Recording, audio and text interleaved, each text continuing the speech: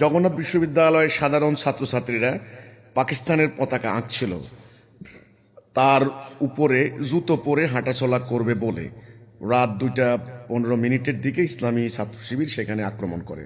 আমার প্রশ্ন হলো, প্রকাশ্য গুপ্ত সকল শিবিরেই তো আজকাল নিজেদের বাংলাদেশপন্থী দাবি করে, তাইলে 16 ডিসেম্বর রাত 2:15 পাকিস্তানি পতাকার ইজ্জত রক্ষার্থে সাধারণ শিক্ষার্থীদের উপরে এই বিষ হামলা করলো কেন?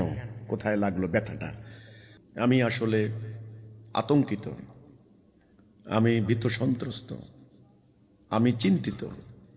কয়েক মাস থেকে বাংলাদেশের পরিস্থিতি আমি যা দেখতে পাচ্ছি,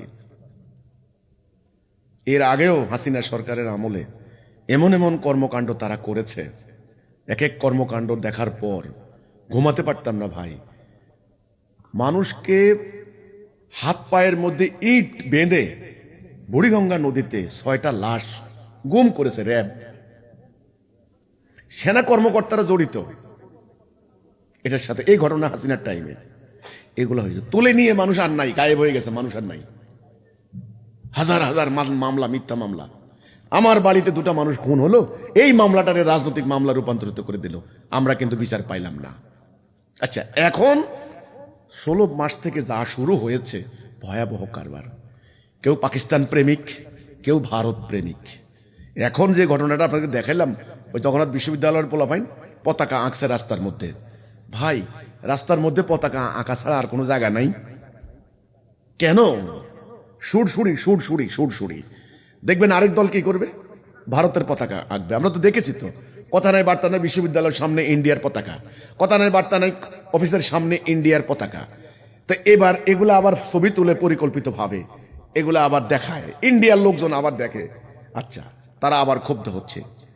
শোনেন, আমি বলি যারা এগুলি করছে, ইন্ডিয়াকে বলছি, এটা ইন্ডিয়ার প্রেমিক নয় এরা। পাকিস্তানকেও বলছি, এরা পাকিস্তানের প্রেমিক নয়। আবার বাংলাদেশে তোমরা যারা এগুলি করছো, আমার মনে হয় তোমরা বাংলাদেশ প্রেমিকও নও। কারণ এখানে একটা অরাজকতা সৃষ্টির, তাণ্ডব সৃষ্টির, আমার প্রিয় জন্মভূমি বাংলাদেশটাকে ইরাক, সিরিয়া, আফগানিস্তান বানানোর একটা পায় তারা। অন্যকে অসম্মান করে, অন্যকে বেজ্জতি করে, অন্যের সেন্টিমেন্টে আঘাত দিয়ে আমরা কোনোদিন বিজয় লাভ করতে পারি না। এটা আমার কোরআনের শিক্ষা না, আমার ইসলামের শিক্ষা না, কোনোদিন না। আল্লাহ কোরআনে একটা আয়াতও আপনি দেখাইতে পারবেন না অন্যকে গালি দেওয়ার শিক্ষা আল্লাহ দিয়েছেন। আল্লাহ বলছেন, অন্যদের দেবদেবী নিয়ে তোমরা গালি দিবা না, তোমার আল্লাহকে তারা গালি দিবে।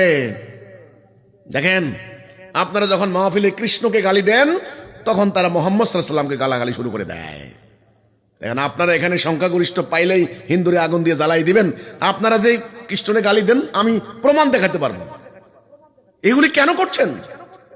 আমার কোরআন কাউকে গালি দেওয়ার শিক্ষা দেয় না। তাহলে ভালো মন্দ, ন্যায় অন্যায়ের পার্থক্য কি রইল?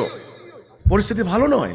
গত 16 মাস থেকে আমি যা দেখতে পাচ্ছি, কে কাকে হামলা করছে, কার বিরুদ্ধে কে কোন মব সৃষ্টি করে দিচ্ছে, কাকে কে কোন কথা ট্যাগ লাগিয়ে দিচ্ছে, কে নাস্তিক, কে মুরতাদ, কে কাফের, কে অ্যান্টি ইন্ডিয়ান, কে অ্যান্টি পাকিস্তান, কে এতদিন বলতে হলো মানে জামাত শিবির, এখন বলে হচ্ছে ফেসিস্ট, ফেসিবাদের দোসর, ফেসিস্টের দালাল। আশ্চর্য ব্যাপার। কলেজের শিক্ষক, বিশ্ববিদ্যালয়ের শিক্ষক, প্রশাসনের কর্মকর্তা, সেনাবাহিনীর কর্মকর্তা, রাজনৈতিক নেতাকর্মী, এই ওসমান হাদিকে গুলি করে মেরে ফেললো। কারা মারলো? মানে ঘোলা পানিতে মাছ শিকারের অবচেষ্টা হচ্ছে। সরকার এ পর্যন্ত প্রকাশ্য করতে পারছেন না কারা মারলো ওসমান হাদিকে। সবাই সেন্টিমেন্ট দেখাচ্ছেন, সবাই গিয়ে আপনার মানে হাদির জন্য কান্নাকাটি করতে করতে অস্থির। ঠিক আছে, কাঁদেন, অসুবিধা নাই, কিন্তু কারা করলো এটা বের করতে হবে। তো বাংলাদেশের পরিস্থিতি ভাই ভালো নয়। এই যে দেখলাম পাকিস্তানের পতাকা মাড়ানো হচ্ছে, আবার আরেকজন, আসলে আমি মনে করি এরা পাকিস্তান প্রেমীও না, ভারত প্রেমীও না, এরা বাংলাদেশকেও ভালোবাসে না। এরা একটা অরাজকতা সৃষ্টি করতে চায় বাংলাদেশে। একটা ইবলিস মনে হয় পাগল হয়ে গেছে। ইবলিস এদেশের মানুষকে ইরাক, সিরিয়া, আফগানিস্তান বানানোর জন্য পাগল হয়ে গেছে। শোনা কথা, আমি এদেশের সাধারণ জনগণকে বলতে চাই, সম্মানিত ভাই ও বোনেরা, আপনারা দয়া করে ঠান্ডা হন, মাথা গরম করেন না, ঠান্ডা হন। ঠান্ডা হয়ে আগে ভাবুন কি করবেন, কি করবেন না, কোন দিকে যাবেন, কোন দিকে যাবেন না, কোনটা উচিত, কোনটা উচিত নয়, সেটা বুঝার জন্য আপনাদেরকে ঈমান আনতে হবে আগে, যে কথা আমরা বলেছি, লা ইলাহা ইল্লাল্লাহ মুহাম্মাদুর রাসূলুল্লাহ। আল্লাহর হুকুম ছাড়া কারো হুকুম মানি নাই। কথার উপরে ঐক্যবদ্ধ হয়ে নিজের একটা জাতিসত্তা দাঁড় করান, নিজেরা জাতিটাকে ঐক্যবদ্ধ করেন, ডিসিপ্লিন করেন, তবে রক্ষা হবে। তা না হলে ভয়াবহ পরিণতি আমি দেখতে পাচ্ছি। একটু আগে ভিডিওতে যেটা দেখালাম, এটা ভয়াবহ, এটা ভয়াবহ। এই ধরনের ঘটনা যে কোনো জায়গায় ঘটে যেতে পারে, যে কারো উপরে হয়ে যেতে পারে। পতাকার উপরে মারিয়ে যাচ্ছে, মানুষকে রাস্তা ফেলে দিয়ে তার উপরে মারিয়ে যাবে, দেখবেন সামনে আসতেছে। পতাকাতে আগুন দিচ্ছে, মানুষের গায়ে আগুন দিচ্ছে। মিয়া পতাকাটা কি মিয়া? কিছুই না, মানুষের গায়ে আগুন দিচ্ছে।